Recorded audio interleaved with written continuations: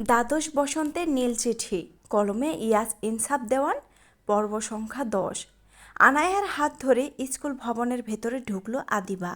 যেতে যেতে আদিবা আনায়ার হাতটা অজান্তে একটু শক্ত করে ধরল। আনায়া সেটা বুঝতে পেরে মিষ্টি হেসে বলল, ভয় পাচ্ছ? আদিবা ছোট্ট করে মাথা নাড়ল। একটু। আরে ধুর, আমি তো আছি। আজ থেকেই আমরা বেস্ট ফ্রেন্ড। কিছু হলেই বা কেউ কিছু বললে আগে আমাকে বলবে। আদিবার মুখেও ছোট্ট একটা হাসি ফুটে উঠল। আচ্ছা, করিডোর পেরিয়ে দুজনে ক্লাস 7-এর রুমে ঢুকলো। ক্লাসরুমে তখনও পুরোপুরি ক্লাস শুরু হয়নি। সবাই নিজেদের মতো গল্পে ব্যস্ত। আনায়া আদিবাকে নিয়ে শেষের দিকের জানালার পাশের একটা বেঞ্চে গিয়ে বসলো। ঠিক তখনই আরেকটা মেয়ে দৌড়ে এসে বলল, আনায়া, আজ এত লেট হলো কেন? আর এটা কে? আনায়া হেসে বলল, আয় রিমি, পরিচয় করিয়ে দেই। এই হলো আদিবা দেওয়ান। আজ আমাদের ক্লাসে নতুন এসেছে। আর আমার বেয়ান হয়। নীলা আপুর বয়ফ্রেন্ড এর বোন, মানে আমার দুলাভাই এর বোন। রিমি হাসি মুখে হাত বাড়িয়ে দিল। হাই, মানে আসসালামু আলাইকুম। ওয়ালাইকুম আসসালাম। সৌজন্যমূলক হাসি দিয়ে আদিবাও উত্তর দিল, আজ থেকে আমরা 3জন জানুর বান্ধবী, ওকে? আনায়া হেসে উঠল, হ্যাঁ, আজ থেকে আমরা 3জন একসাথেই সব কিছু করব। আদিবা মাথা নেড়ে সম্মতি জানালো। এরই মধ্যে ক্লাস টিচার রুমে ঢুকতেই সবাই নিজেদের জায়গায় বসে পড়ল। প্রথম ক্লাস শুরু হলো। আদিবা মনোযোগ দিয়ে পুরো ক্লাস করলো। 2টা ক্লাস শেষ হতেই ঘন্টা বেজে উঠল। Tiffin time. ক্লাসের প্রায় সবাই হইচই করতে করতে বাইরে বেরিয়ে গেল। আনায়া উঠে দাঁড়িয়ে বলল, চল ক্যান্টিনে যাই। আজ তোকে আমাদের স্কুলে সিঙ্গারা সমোচা খাওয়াবো। রিমি খালি ওকে খাওয়াবি? বাহ, ভালো তো। নতুন পেয়ে পুরাতন ভুলে গেছিস। আপনাকেও খাওয়াবো, চলেন, বেশি ঢং করা লাগবে না আপনার আর। ওরা 3জন গল্প করতে করতে মাঠের পাশের রাস্তা ধরে ক্যান্টিনের দিকে হাঁটতে লাগলো। হঠাৎ সামনের দিক থেকে দ্রুত হেঁটে আসা একটা ছেলের সঙ্গে আদিবার ধাক্কা লেগে গেল। আদিবা সামলে নিয়ে সঙ্গে সঙ্গে বলল, সরি, আমি খেয়াল করিনি। কিন্তু ছেলেটা কোনো উত্তর না দিয়ে কাঁধ দিয়ে এমনভাবে ধাক্কা দিল যে আদিবা ভারসাম্য হারিয়ে মাটিতে বসে পড়ল। চারপাশের কয়েকজন ছাত্রছাত্রী থেমে তাকালো। ছেলেটার পাশে দাঁড়িয়ে থাকা বন্ধুরা খিকখিক করে হেসে উঠল। ছেলেটা ঠোঁট বাঁকিয়ে বলল, চোখে দেখে হাঁটতে শেখো। আদিবা কিছু বুঝতে পারছে না। এমন কেন করছে? কেন এই ছেলেগুলা? আদিবা কান্না পাচ্ছে, ভয়ও করছে। এমন কেন করছে বুঝতে পারছে না। আদিবা কাঁপা কাঁপা পায়ে উঠে দাঁড়িয়ে জামার ধুলো ঝাড়তে লাগলো। কিছু বলতে গিয়েও চুপ করে গেল। কিন্তু আয়নার রাগ মুহূর্তেই মাথায় উঠে গেল। সে এক পা এগিয়ে গিয়ে রাগী গলায় বলল, ও তো আগে থেকেই সরি বলেছে, তারপরও ইচ্ছে করে ধাক্কা দিলেন কেন? ছেলেটা এবার ধীরে ধীরে আয়নার দিকে ফিরল। মাথা থেকে পা পর্যন্ত একবার ভালো করে তাকিয়ে ঠোঁটের কোণে দুষ্টু হাসি ফুটিয়ে বলল, ওহ, কেশবতী কন্যা আবার কোত্থেকে এলো? একটু থেমে আবার বলল, দেখতেও তো সেই লাগছে। কথাটা বলে সে শয়তানি হাসি দিয়ে আয়নার হাতটা ধরে ফেলল। আয়না ওর হাতটা টেনে ছাড়ানোর চেষ্টা করলো, কিন্তু ছেলেটা আরও জোরে শক্ত করে চেপে ধরল। তোর সাহস তো কম না, হাত ছাড় বলছি, না হলে খবর আছে। ছেলেটা ভ্রু তুলে মুচকি হেসে বলল, আহা সুন্দরী, এত হটনেস শরীরের জন্য ক্ষতিকর, একটু কম হট হলেও তো পারো নাকি? আয়ানা চোখে তখন স্পষ্ট রাগ বিরক্তি। আয়ানা রাগী গলায় বলল, প্রথম তো তুই নিজে ইচ্ছায় আদিবাকে ধাক্কা দিয়েছিস, আবার আমাদের সাথে অসভ্যের মতো ব্যবহার করছিস। এটা দেখে বোঝা যায় তুই অত্যন্ত অসভ্য পরিবারের, অসভ্য বাবা মার একটা অতি বেয়াদব ছেলে। আর তুই যদি এখন আমার হাত না ছাড়িস, তাহলে তোকে তোর মায়ের নাম সর করিয়ে দিব। আয়ানার কথা শুনে ছেলেটা আরও বেশি রেগে গেল। রাগী তেজি গলায় বলল, ছাড়বো না, তুই কি করবি কর, দেখি তোর কত সাহস। কথাটা বলার সাথে সাথেই ছেলেটা কিছু বুঝে ওঠার আগেই আয়ানা হঠাৎ ওর ডান পা দিয়ে ছেলেটার 2 পায়ের মাঝখানে জোরে লাথি বসিয়ে দিল। ছেলেটা ও মাগো বলে আয়ানার হাত ছেড়ে ফ্লোরে শুয়ে পড়ল। আদিবা রিমি দুজনে হাঁ করে তাকিয়ে আছে। সাথে ক্যান্টিনে সকলে দেখছে ওদের কাহিনী। ছেলেটা মাটিতে পড়ে 2 পায়ে মাঝখানে হাত রেখে গড়াগড়ি করছে। আয়ানা একটু নিচু হয়ে ছেলেটার দিকে তাকিয়ে বলল, যদি মনে থাকে এরপর থেকে মেয়েদের দেখে আর কুরকুরি উঠবে না। এই চল, তোরা শালা খাওয়ার মুডটাই নষ্ট করে দিল। কথাগুলো বলেই আনায়া হাঁটা দিল ওর পিছু পিছু। আদিবা আর রিমিও হাঁটা দিল। ক্যাটারের সকলে শুধু তাকিয়ে তাকিয়ে দেখলো ওদের কাণ্ড কারখানা। কে কি বলবে বা কি করবে বুঝতে পারছে না। কিরে আয়ানা, তুই যে ছেলেটাকে এভাবে মারবি আমি ভাবতেও পারি নাই। ছেলেটার ভবিষ্যৎ অন্ধকার করে দিলি তো। তুই এখন কি হবে? ওর কি বিয়ে হবে? আর কথাটা বলেই রিমি উচ্চস্বরে হেসে উঠল। আদিবাও মুচকি হাসলো। ওর যে জায়গা মতো আর দুইটা দেই নাই, এটাই তো ওর সৌভাগ্য। ওর কত বড় সাহস আমাকে আমার অনুমতি ব্যতীত টাচ করে। আনায়া রাগী কণ্ঠে বলল। কথাগুলো বলল ওরা ক্লাসে চলে গেল। কাজ এই ব্যস্তময় ঢাকা শহরটাই যেন আজ একটু বেশি গরম পড়েছে। স্কুল গেটের সামনে দাঁড়িয়ে রয়েছে আদিবা, তবে সাথে আয়না, রিমি দুজনেই দাঁড়িয়ে আছে। তিনজনে ঘেমে গেছে। প্রচণ্ড রোদের তেজ। সূর্যমামা আজ একটু বেশি তেজ দেখাচ্ছে পৃথিবীর মানুষকে কাঠফাটা গরম দিয়ে।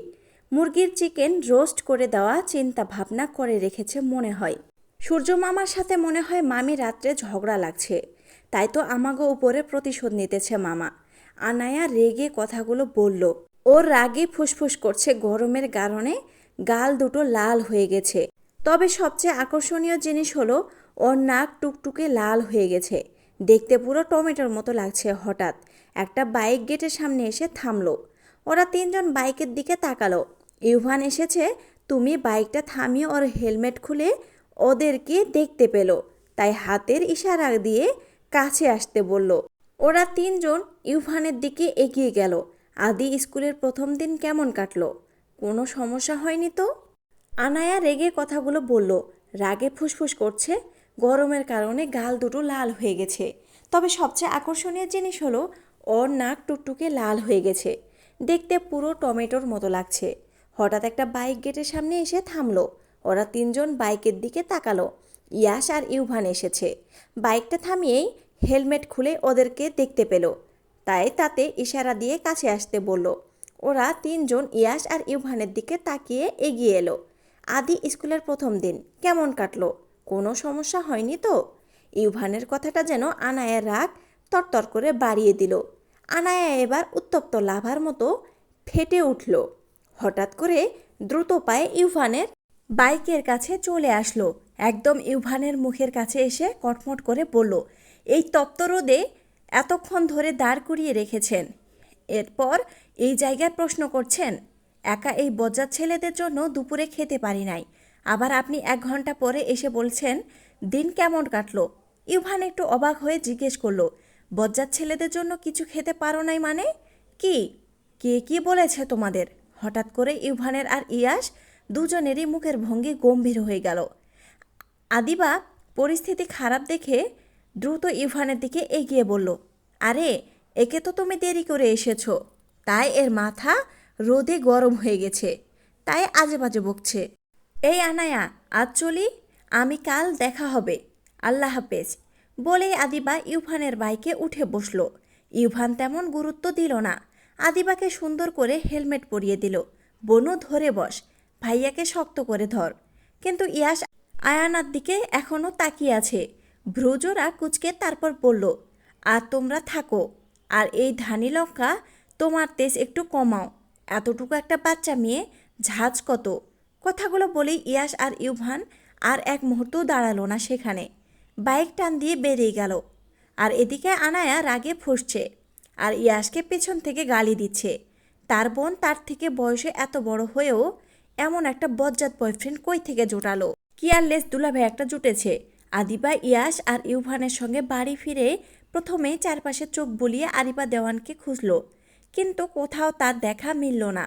পরে জানতে পারল জরুরি কোনো কাজে তিনি বাড়ির বাইরে গেছেন। বাড়ির অন্য সদস্যরাও যে যার কাজে ব্যস্ত। আদিবা নিজের ঘরে গিয়ে ফ্রেশ হয়ে নিল। তারপর নিচে নেমে 3 ভাই বোন একসঙ্গে দুপুরের খাবার খেলো। অনেকক্ষণ গল্প করতে করতে খাওয়া শেষ হতেই ইয়াশ আর ইউভান বাইক নিয়ে কোথাও বেরিয়ে গেল। ওদের চলে যাওয়ার পর পুরো বাড়িটা যেন আরও নির্জন হয়ে উঠল। আদিবা নিজের রুমে ফিরে এসে বিছানায় গা এলিয়ে দিল। ভেবেছিল একটু শুয়ে থেকে আবার উঠে পড়বে, কিন্তু কখন যে চোখে ঘুম নেমে এসেছে সে নিজেও বুঝতে পারেনি। হঠাৎ মসজিদ থেকে ভেসে আসা আসরের আজানের ধ্বনিতে ঘুম ভাঙল তার। ঘুম জড়ানো চোখে উঠে প্রথমে ফ্রেশ হয়ে নিল, তারপর অজু করে মনোযোগ দিয়ে আসরের নামাজ আদায় করলো। নামাজ শেষে আলমারি খুলে একটি সাদা গোল কুর্তি বের করলো, কারণ অজু করার সময় জামাটা ভিজে গেছিল। একবার নামাজ আদায় করে চেঞ্জ করব। আদিবা গলায় জড়িয়ে নিল লাল রঙের একটি ওড়না। ওড়নার দুই প্রান্ত সামনের দিকে সুন্দর করে ঝুলিয়ে রেখে আয়না একবার নিজেকে দেখে মৃদু হাসল। নিচে নেমে চারদিকে তাকিয়ে দেখল এখনও বাড়িতে তেমন কেউ ফেরেনি। ঠিক তখনই পচা মিয়া এগিয়ে এলো। আম্মাজান, আপনার কি কিছু লাগবে? সবাই ফিরতে আজ রাত হয়ে যাবে। ছোট ম্যাডাম যাওয়ার আগে কইয়া গেছেন আপনার খেয়াল রাখতে। আর রহিমা আছে, কিছু লাগলে ওরে খালি ডাক দিয়েন। আদিবা হালকা হেসে মাথা নাড়ল। আচ্ছা পচা মিয়া, দরকার হলে অবশ্যই বলবো। পচা মিয়া চলে যেতেই আদিবা ড্রয়িং রুমে নরম সোফায় গিয়ে বসলো। কিছুক্ষণ মোবাইল হাতে নিয়ে বসে থেকেও মন বসলো না। চারপাশে নীরবতা তাকে আরও বেশি বিরক্ত করতে লাগলো। হঠাৎ তার মনে পড়ল এই বাড়ির উপরতলায় বিশাল একটা লাইব্রেরি আছে। এখানে আসার পর থেকে খেয়াল করেছে বাড়ির সবাই অবসর পেলে সেখানে গিয়ে বই পড়ে। ভাবতেই তারও ইচ্ছে হলো একটা উপন্যাস নিয়ে বসার। হঠাৎ আদিবার মনে হলো এক কাপ ধোয়া ওঠা চা ছাড়া বই পড়ার আসল মজা নেই, আসে না। ভাবনাটা মাথায় আসতে আর দেরি করলো না। রান্নাঘরের দিকে হাঁটতে হাঁটতে একবার রহিমাকে ডাকবে কি না ভাবলো, কিন্তু পরক্ষণে সিদ্ধান্ত বদলে ফেলল। থাক, মানুষটাকে আর বিরক্ত করে কি হবে। ছোটবেলা থেকে সংসারের প্রায় সব কাজই সে করেছে। পরিস্থিতি তাকে বয়সের আগেই অনেক কিছু শিখিয়ে দিয়েছে। রান্না করা, চা বানানো এসব তার কাছে নতুন কিছু নয়। রান্নাঘরে ঢুকে ফ্রিজ থেকে এক প্যাকেট দুধ বের করলো। ছোট একটা পাতিলে দুধ ঢেলে চুলায় বসিয়ে দিল। অল্প সময়ের মধ্যেই দুধ গরম হয়ে উঠল। আদিবা নিজের পছন্দের একটি কাপ বের করে রাখলো। এরপর সাবধানে চুলা বন্ধ করে গরম পাতিলটা নামাতে যাবে। ঠিক সেই মুহূর্তেই কোথা থেকে যেন একটা মোটা তেলাপোকা উড়ে সোজা তার হাতে বসলো। চমকে উঠে আদিবার হাত কেঁপেও গেল। মুহূর্তের মধ্যে গরম পাতিলটা হাত থেকে ছিটকে পড়ল। ফুটন্ত দুধের গরম অংশ তার এক হাতের উপর ছলকে পড়তেই তীব্র জ্বালায় শরীর কেঁপে উঠল। উফ! ব্যথায় চোখে সঙ্গে সঙ্গে পানি চলে এলো। কাঁপতে কাঁপতে সে দৌড়ে গিয়ে পানির ট্যাপ খুলে হাতটা ঠান্ডা পানির নিচে ধরল। জ্বালাটা কিছুটা কমলেও ব্যথা যেন ক্রমেই বাড়ছে। এরই ভিতর আবার হতচ্ছাড়া তেলাপোকাটা যেন আজ তাকে ছেড়ে কথা বলার পাত্রই নয়। একটু পরে আবার উড়ে এসে তার কাঁধে বসে পড়ল। ইস, আবার তুই! এবার হাতের ব্যথা কথা ভুলে গেল আদিবা। রাগে গজগজ করতে করতে চারদিকে তাকিয়ে রান্নাঘরের এক কোনায় রাখা একটা ঝাড়ু চোখে পড়তেই সেটা তুলে নিল।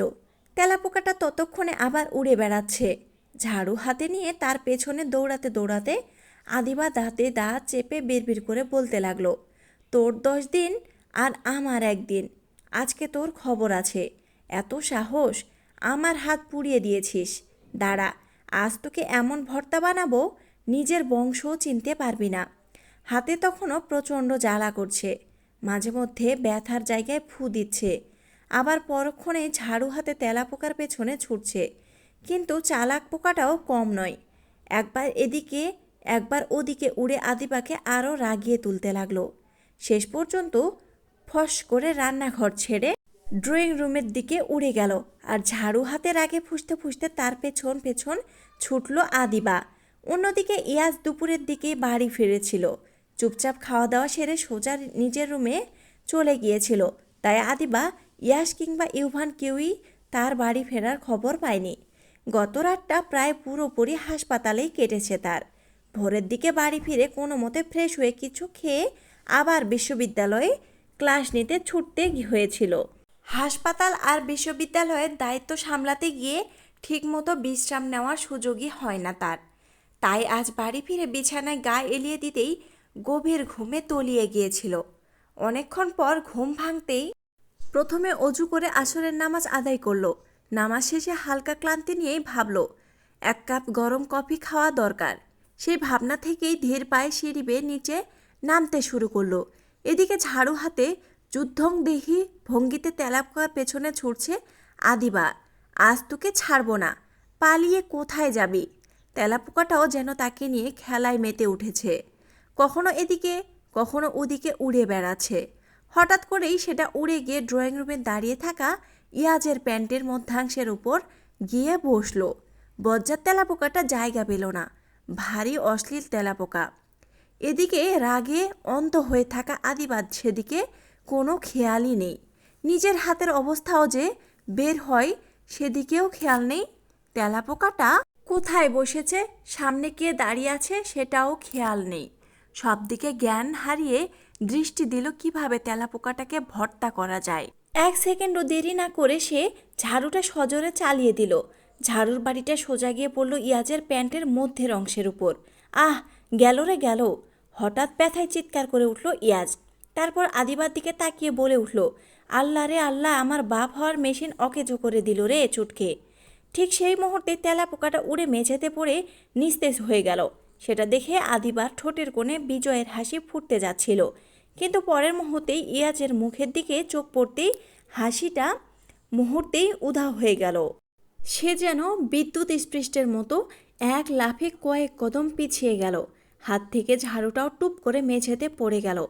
বিস্ফারিত চোখে ইয়াজের দিকে তাকিয়ে কয়েকবার ঢোক গেলে নিজের মাথায় আলতো চাপড় মেরে ফিসফিস করে বলল, ইয়া আল্লাহ, আমি কি করলাম?